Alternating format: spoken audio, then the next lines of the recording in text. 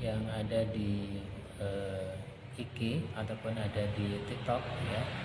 Terima kasih. Sampai ketemu lagi kita di hari ini, hari Senin 10 Agustus 2026. Alhamdulillahirrabbilalamin.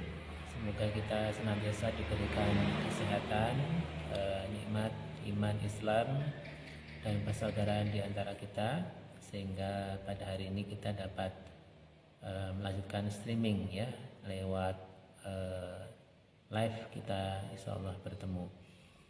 Teman-teman sekalian, ini saya ada di Masjid Visual Bangsa Parakanjangga, Banjarnegara, tempat di mana insyaallah akan menjadi kawah candra di muka ya, membina, mendampingi, mengoptimalkan potensi teman-teman muda semuanya untuk belajar bersama-sama kita di agama, di ilmu digital marketing, dan harapannya tentunya bisa kita mandiri secara finansial.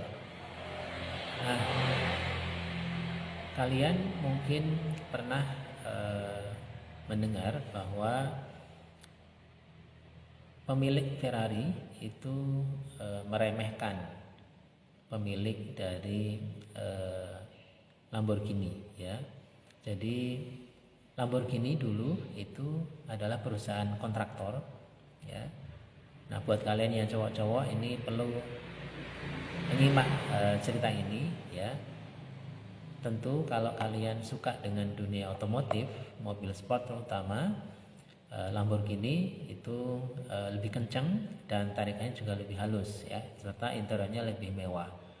Nah, tahukah kalian bahwa mobil itu dulu lahir dari sebuah kekecewaan bisa, atau kemudian rasa apa ya, kalau orang Jawa itu gondok gitu ya, sakit hati ketika pemilik Lamborghini kontraktor ya itu datang ke pemilik Ferrari, kemudian dia mengatakan bahwa bro, ini ada yang masalah nih dengan Ferrarinya kita ya, koplingnya ini bermasalah ya, dia cerita begitu. Terus kemudian sama pemilik Ferrari mengatakan bahwa kamu kontrak traktor ya, pengusaha traktor itu tahu apa sih tentang mobil sport ya, udah nggak usah ngasih usulan macam-macam, traktor mah nggak akan bisa bikin mobil sekelas Ferrari ini gitu ya.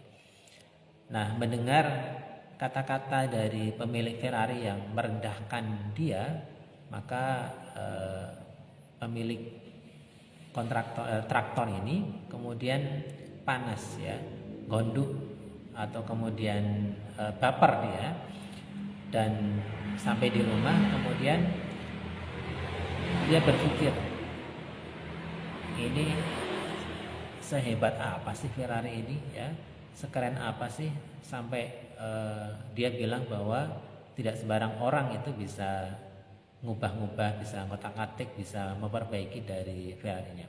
Nah, akhirnya kemudian di garasinya dia perbaiki atau dia oprek ya, bongkar-bongkar Ferrarinya itu, dan kemudian lihat bahwa memang ada masalah di koplingnya.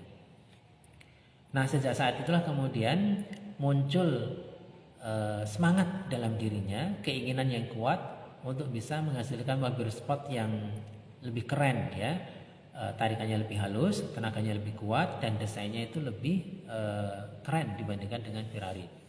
Maka singkat kata lahirlah Lamborghini ya, mobil sport premium yang kemudian dari sisi banyak hal ya, tenaganya lebih besar ya, desainnya lebih mewah, dan tarikannya lebih halus dibandingkan dengan Ferrari ya. Jadi Ferrari yang identik dengan lambang kuda jengkerak merah ya, akhirnya kemudian punya pesaing baru ya, Lamborghini banteng emas ya. Nah, teman-teman sekalian, maka Lamborghini dan Ferrari ini contoh bagus bagaimana orang itu mengambil respon terhadap apa yang kemudian menjadi ujian dalam kehidupannya. Kadang-kadang remaja itu suka anxiety, ya, overthinking, stres, depresi, ya, karena beberapa hal yang menjadi keinginan dia itu tidak kesampaian. Habis lulus kemudian mau melanjutkan ke SNBT perguruan tinggi, ya, ternyata tidak sesuai dengan harapannya, bahkan tidak diterima di SNBT, ya. Oke, terima kasih Living Store Outfit. Ya. Jadi mau SNBT ternyata nggak lulus, gitu ya. Mau kerja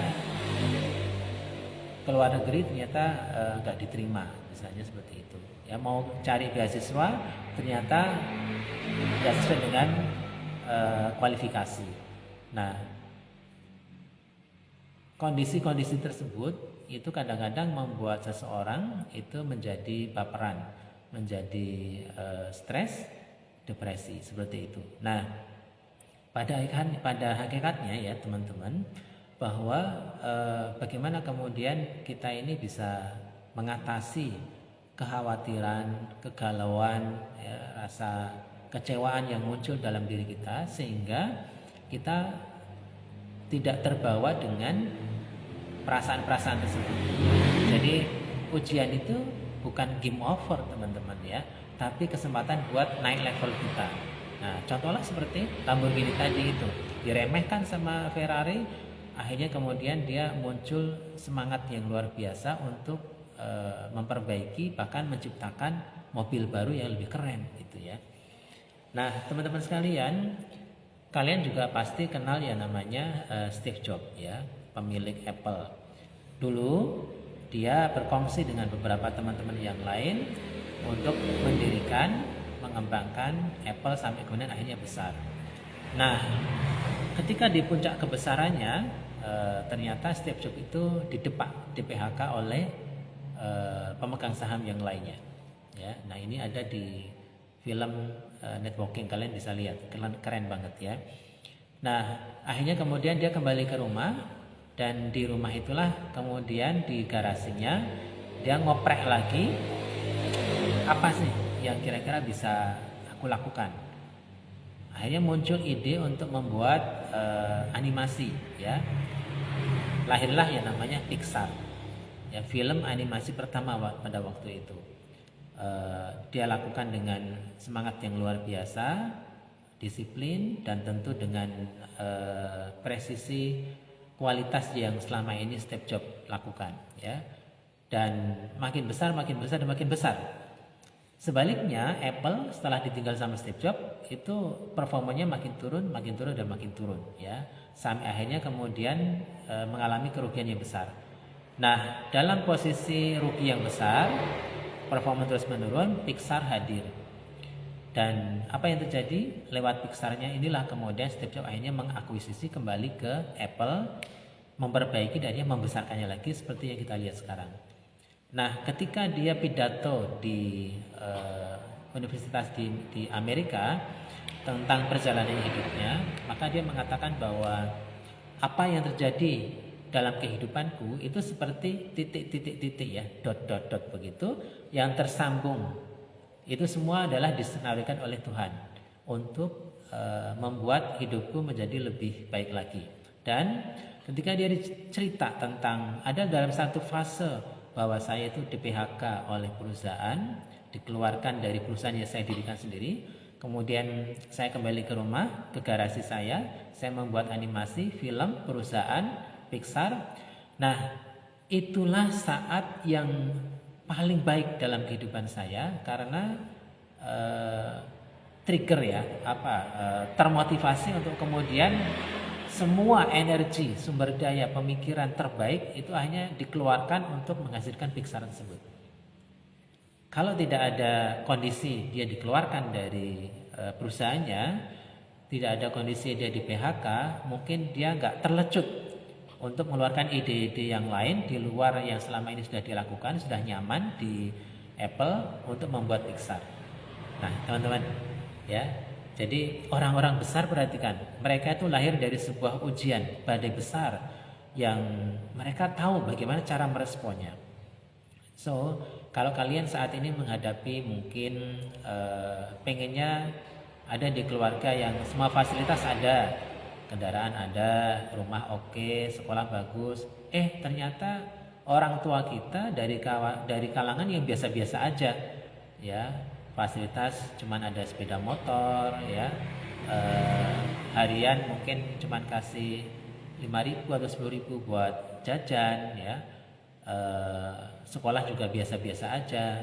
Nah, hello, jangan kemudian kita overthinking bahwa hidupku ini kayak biasa-biasa aja, ya. Coba kalau aku lahir dari ya pengusaha konglomerat, wah nanti aku bisa make something begitu ya, lebih besar dan sebagainya, ya. Nah, ada juga barangkali kita saat ini yang ada di sekolah atau kuliah tempat yang rasa-rasanya kok gak bonafit banget gitu ya. Sementara teman-teman yang lain itu mereka sekolah di tempat yang terkenal, ya, kuliah di tempat yang bagus. Apa aku bisa berhasil kayak mereka?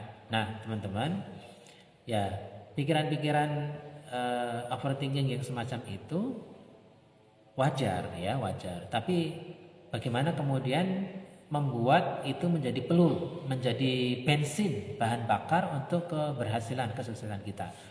Nah, belajarlah dari Lamborghini, belajarlah dari Steve Jobs. Nah, teman-teman sekalian, Mus'ab bin Umair, ya, salah satu sahabat Nabi yang remaja, pemuda yang gagah luar biasa, ya. Beliau setelah masuk Islam kemudian diminta oleh Rasulullah untuk berdakwah keluar kota, ya, ke Madinah. Waktu itu beliau masih di Mekah, ya. Nah, di Madinah itu beliau kemudian mendapati tantangan-tantangan besar, ya, banyak orang yang menyepelekan, banyak orang yang bahkan bukan hanya verbal tapi fisik juga, ya, mengatakan sebagai orang yang bodoh, orang gila, pengikut dari Muhammad yang udik gitu ya, orang kampungan dan sebagainya. Hilang jabatannya, hilang kekuasaannya, hilang harta bendanya. Padahal Mus'ab ketika di Mekah itu adalah anak dari keluarga yang kaya raya, bangsawan yang sangat dihormati. Ketika berdakwah di Madinah, beliau tidak membawa apa-apa, ya, hanya baju yang ada melekat di badan. Nah, bahkan sampai kemudian ujungnya, ya, ujian yang teratas adalah ketika beliau itu ditanting, ya, kalau bahasa Jawanya itu oleh ibunya bahwa Mus'ab, ya, tinggalkanlah agamamu, ya, ibu akan rela, ya, untuk melepaskan satu persatu, walaupun ibu punya 1000 nyawa, ya, satu persatu akan meninggalkan ibu kalau kamu tidak meninggalkan agama Islam, ya. Jadi ibunya istilahnya itu menyampaikan, ya, jangan terlalu lama atau kemudian jangan lupa untuk kemudian meninggalkan agama Islam, ya, sampai kemudian ibunya itu nanti nyawanya melepas satu demi satu. Jadi ini tantangan yang luar biasa sekali yang dirasakan oleh Mus'ab, ya. Tapi apa yang dilakukan oleh Mus'ab, ya, beliau sabar dengan tantangan-tantangan tersebut dan kemudian mengatakan kepada ibunya, ya, wahai ibunda, walaupun ibunda punya 1000 nyawa, satu persatu seandainya nyawanya itu akan dicabut, akan keluar, maka aku tidak akan meninggalkan agama Islam ini.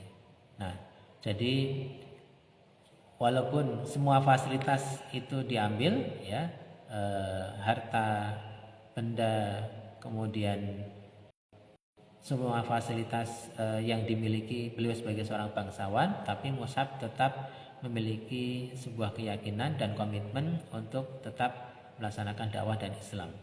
Nah, itulah kerennya teman-teman, seorang sosok seperti Mus'ab bin Umair, ya, anak muda yang walaupun ada tantangan termasuk dari keluarganya, termasuk dari ibunya sendiri, tapi beliau istiqomah terhadap pilihannya untuk tetap berdakwah bersama Rasulullah, bersama Islam.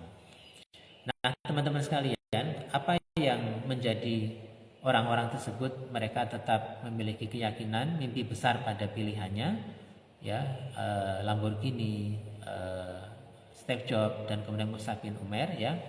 Nah, siang ini kita akan bersama-sama, ya tadi masih pendahuluan tuh teman-teman, sekarang adalah masih masuk di poinnya. Nah, yang pertama yang perlu kita pahami bahwasanya orang-orang mukmin itu memang akan selalu diuji oleh Allah Subhanahu wa taala. Ya, ada dalam Al-Qur'an disebutkan bahwa apakah kamu mengira kamu mengaku sebagai orang yang beriman sebelum Allah uji kamu dengan kekurangan, dengan kemiskinan, dengan sakit dan kekurangan harta dan benda, ya. Jadi kalau kita mengaku sebagai orang yang beriman, wajar kalau kemudian Allah itu pasti nanti akan menguji kita. Dan ujian yang terbesar pada diri manusia itu adalah para nabi, ya. Karena itulah kemudian apa yang kita rasakan saat ini, ujian itu belum seberapa dibandingkan dengan para nabi dahulu, ya. Mereka ada yang diuji dengan dulunya kaya raya, ya, punya banyak harta, sawah ladang, punya anak-anak yang baik, punya pekerjaan, ya, sehat. Semua orang mengimpikan beliau itu manusia seperti beliau. Terus kemudian sawah ladangnya, bisnisnya menjadi kolab, ya, terbakar semuanya, anak-anaknya satu demi satu meninggal, hilang semuanya, dan kemudian beliau sendiri diuji oleh rasa atau sakit yang tidak sembuh-sembuh, bukan hanya sehari, bukan hanya seminggu, tapi bertahun-tahun. Tapi dalam ujian itu, ya, beliau tidak menggerutu, beliau tidak suudon menyalahkan Allah, ya, tapi beliau bersabar. Bahkan dalam doanya tidak minta untuk sembuh, ya. Yang beliau sampaikan adalah anni masani yadurru wa anta arhamur rahimin. Ya Allah, aku ini sedang sakit dan Engkau adalah Maha Penyayang di antara yang penyayang. Jadi hanya berkeluh kesah, hanya bercerita tentang kondisinya dan sembari memuji nama Allah. Itulah Nabi Ayub, ya. Maka ketika saat ini kita mungkin sedang diuji dengan sakit yang gak sembuh-sembuh, mungkin kita sedang diuji dengan dulu pernah kita merasakan semua fasilitas tapi sekarang gak ada, ya. Nah, belajarlah dari Nabi Ayub, bagaimana beliau mampu bertahan dalam kondisi seperti ini karena beliau memahami bahwa ini adalah ujian, ya. Orang beriman itu pasti diuji. Makanya kemudian ketika beliau bertahan, bersabar dan berdoa dengan doa yang seperti tadi, maka Allah kemudian memberikan 3 balasan kepada beliau. Yang pertama, beliau disembuhkan dari semua penyakitnya. Yang kedua, anak-anaknya dikembalikan. Jadi setiap tahun istrinya itu hamil, melahirkan, dan kembali. Dulu punya 11 anak, sekarang punya 11 anak lagi yang sehat, baik-baik, soleh dan semuanya. Dan kemudian sawah ladang bisnisnya kembali seperti sedia kala. Jadi buah dari kesabaran itu Allah berikan kesehatan, anak, ya, dan kemudian bisnisnya kembali seperti semula, ya. Nah, teman-teman, yang berikutnya adalah kita juga mesti memahami bahwa dunia ini panggung sandiwara, ya. Persis seperti lagunya God Bless, ya. Yang mungkin kalau seangkatan kalian lupa, ya, tapi kalau seangkatan saya itu masih ingat, ya, lagunya, dunia ini panggung sandiwara, cerita yang takkan terlupa. Nah, jadi Ahmad Albar, vokalisnya God Bless, nyanyi seperti itu. Jadi dunia ini memang panggung sandiwara, persis seperti yang disampaikan dalam Al-Quran juga, kan, ya. Dunia ini adalah panggung sandiwara. Jadi kadang-kadang ada peran kebaikan, ada peran kejahatan, dan itu hanya bersilih ganti, gitu, ya. Artinya tidak berlama-lama kemudian nanti selesai, terus nanti ganti lagi episodenya, ceritanya, ya kisahnya dan seterusnya. Nah, teman-teman sekalian, maka kalau kita memahami bahwa dunia ini adalah panggung sandiwara, tentu kita tidak terlalu serius ya untuk menghadapinya, meresponnya.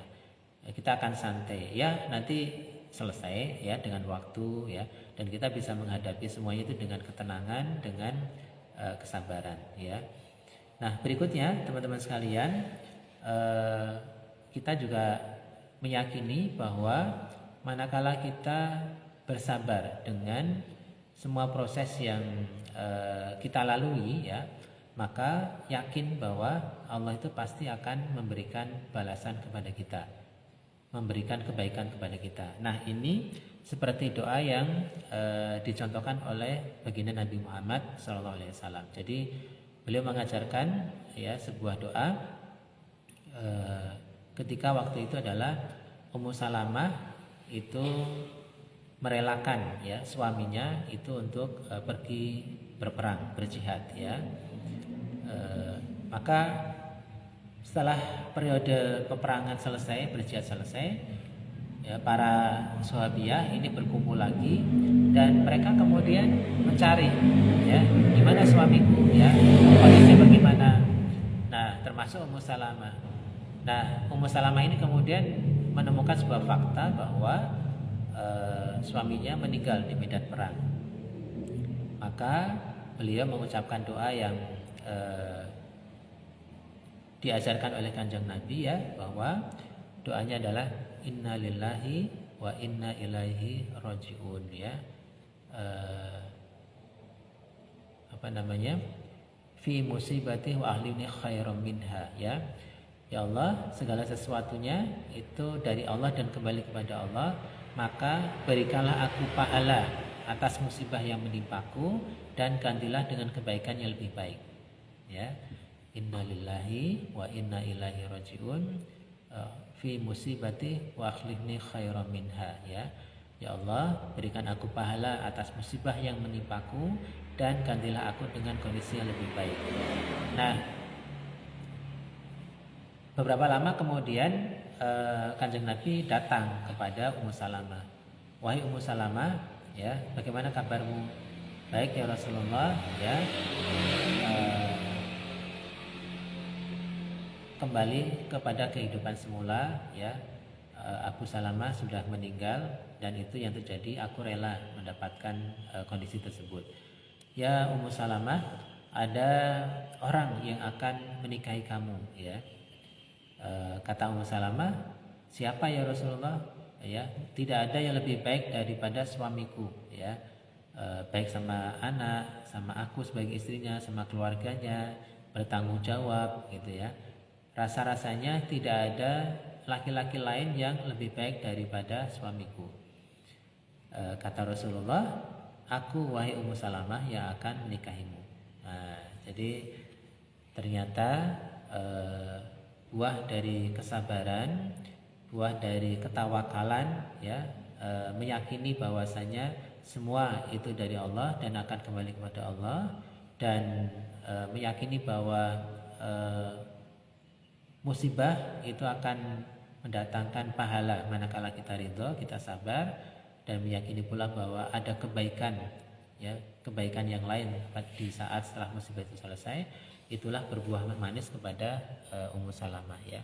Nah, teman-teman sekalian, ini juga sama, ya. Manakala kita saat ini lagi diuji dengan kondisi apapun, mungkin keluarga yang enggak sesuai dengan ekspektasi kita, pendidikan yang tidak sesuai dengan keinginan kita, atau pekerjaan atau bisnis atau usaha yang tidak sesuai dengan harapan kita, maka bersabarlah, ya. Salah satunya bisa dengan berdoa seperti yang tadi disampaikan oleh Kanjeng Nabi kepada Ummu Salamah, ya.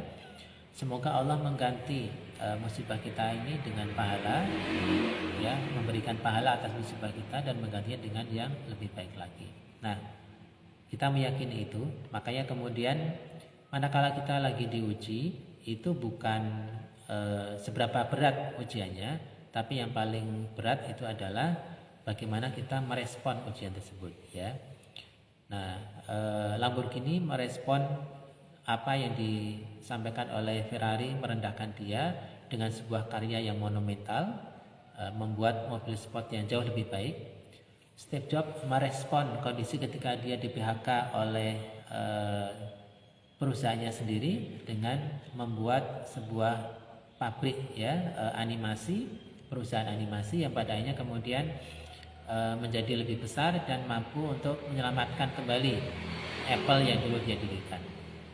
Ya, Mus'ab bin Umair ketika dia direndahkan, ya, dibully, diintimidasi, bahkan diberikan tekanan-tekanan fisik, meresponnya dengan meyakini bahwasanya komitmen dengan kebaikan, dengan dakwah, dengan agama tidak akan pernah diputus walaupun apapun yang terjadi, termasuk pada diri orang tuanya. Dan Ummu Salamah yang merespon kehilangan orang yang dia cintai dengan mengikhlaskan, bersabar, dan akhirnya kemudian mendapatkan yang lebih baik lagi. Nah, maka teman-teman, ujian yang saat ini menimpa kita ya tergantung bagaimana cara kita meresponnya. Ujian itu bisa menjadi pahala buat kita manakala kita ikhlas, sabar, dan ujian itu bisa menjadi pintu masuk lahirnya sebuah gagasan-gagasan besar, sebuah karya yang lebih besar daripada sebelumnya, karena kita menyadari bahwasanya ada potensi dari dalam diri kita yang mungkin Tuhan melihat belum muncul, belum kelihatan, sampai akhirnya betul-betul ketika kondisi itu mepet, kondisi itu di bawah, baru kita bisa keluarkan ya. Nah, seperti bola bekel ya, itu kalau makin ditekan maka dia makin pantulannya makin tinggi ya, harapannya seperti itu ya. Demikian teman-teman sekalian, jadi ujian ini bukan game over buat kamu, tapi adalah pintu untuk naik level pada proses ini. Terima kasih, semoga bermanfaat khususnya buat saya, juga buat teman-teman semuanya. Nah, Masjid Visual Bangsa ini dalam proses pembangunan membutuhkan saat ini adalah sumur bor ya, sumur air untuk wudhu, untuk aktivitas di sini. Nah, buat teman-teman yang ingin berpartisipasi dalam pembuatan sumur bor ya, nah silakan nanti bisa DM saya atau DM admin yang ada di akun ini. Seberapapun yang kemudian nanti teman-teman bisa partisipasi, insya Allah akan sangat membantu buat proses aktivitas ibadah dan aktivitas pembinaan para pemuda yang ada di Masjid Visual Bangsa ini ya. Terima kasih untuk perhatiannya teman-teman sekalian, kurang lebihnya mohon maaf. Wallahul muwaffiq ila aqwamit thoriq. Wassalamualaikum warahmatullahi wabarakatuh.